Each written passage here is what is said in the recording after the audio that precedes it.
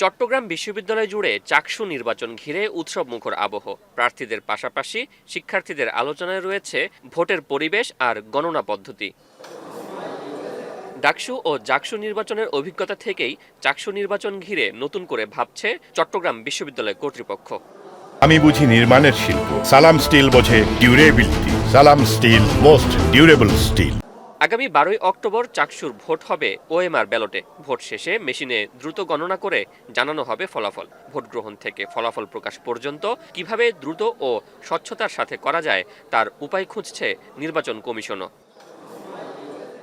নির্বাচন কমিশন জানায়, মনোনয়ন জমা ও প্রার্থী তালিকা প্রকাশের পরই প্রয়োজনীয় ব্যালট ছাপানো হবে। তখন শুরু হবে ওএমআর ব্যালট ছাপানোর কার্যক্রম। আর বিতর্ক এড়াতে ভোটের দিন সকালে ব্যালট পৌঁছে দেয়া হবে কেন্দ্রে। তবে ঢাকা বিশ্ববিদ্যালয়ের অভিজ্ঞতা থেকে শিক্ষা নিয়ে চাকসু নির্বাচনে প্রতিটি পদের জন্য আলাদা ব্যালট বাক্স রাখার সিদ্ধান্ত নেওয়া হয়েছে বলে জানান কমিশনার।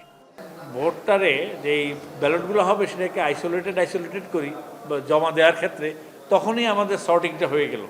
তাহলে আমাদের ওই সর্টিং করার জন্য যে সমস্যাটা বা সময়টা, সেই সময়টা লাগবে না। সুতরাং আমরা ভোট গণার পরপরই, ভোট নেওয়ার পরপরই আমরা গণার কাজে চলে যেতে পারব।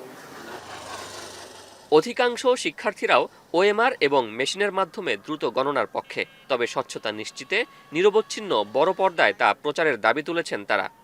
ঢাকা বিশ্ববিদ্যালয়ের এই কর্তৃপক্ষের সাথে কথা বলে যথাযথ তারা কি প্রবলেম ফেস করেছে এই ওএমআর করতে গিয়ে, এবং কি প্রবলেম শিক্ষার্থীরা ফেস করেছে তা যদি সমন্বয় করে চট্টগ্রাম বিশ্ববিদ্যালয় কর্তৃপক্ষ যদি তার সিদ্ধান্ত নেয়। আমরা জাকসু নির্বাচনে দেখেছি এখানে প্রায় 2 থেকে 3 দিন পর্যন্ত তার বিলম্ব করে। আমরা চাচ্ছি চট্টগ্রাম বিশ্ববিদ্যালয় এসব সমস্যার যেন সম্মুখীন না হয়। সার্বক্ষণিক সিসিটিভি ক্যামেরা আওতায় এবং সার্বক্ষণিক যাতে সেটা এলইডি স্ক্রিনে সরাসরি সেই গণনার কাজটি দেখানো হয়। ভোট গণনা করবে যারা কর্তৃপক্ষ আছে, তারা যদি কোনো একটা পক্ষের পক্ষপাতিতা করতেও চায় সেটা করতে পারবে না।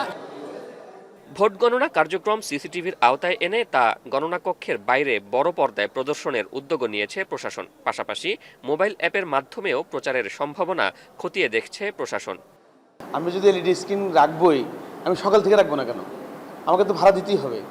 আমি সকাল 8:30 থেকে রাত 9:30, 10:30, 11:30 যতক্ষণ পর্যন্ত ভোট কাস্টিং হবে, যতক্ষণ পর্যন্ত রেজাল্ট দিতে হবে, আমি এটা কন্টিনিউসলি রাখলে অসুবিধা কোথায়? খুব ইজি আমার কাছে। হ্যাঁ, এখন কর্মযোগ্য করতে গেলে বুঝবো কতটুকু কথা। প্রায় 3 যুগ পর অনুষ্ঠিত হতে যাওয়া চাকসু নির্বাচনে 27,500-এর বেশি শিক্ষার্থী ভোটাধিকার প্রয়োগের মাধ্যমে নিজেদের প্রতিনিধি নির্বাচিত করবেন। এরই মধ্যে নির্বাচনকে ঘিরে যে উৎসবমুখর পরিবেশ তৈরি হয়েছে তা ভোট গণনায় অসঙ্গতি কিংবা ত্রুটির কারণে যাতে মলিন না হয় সে দাবি শিক্ষার্থীদের। শোয়েব রহমান, এখন চট্টগ্রাম।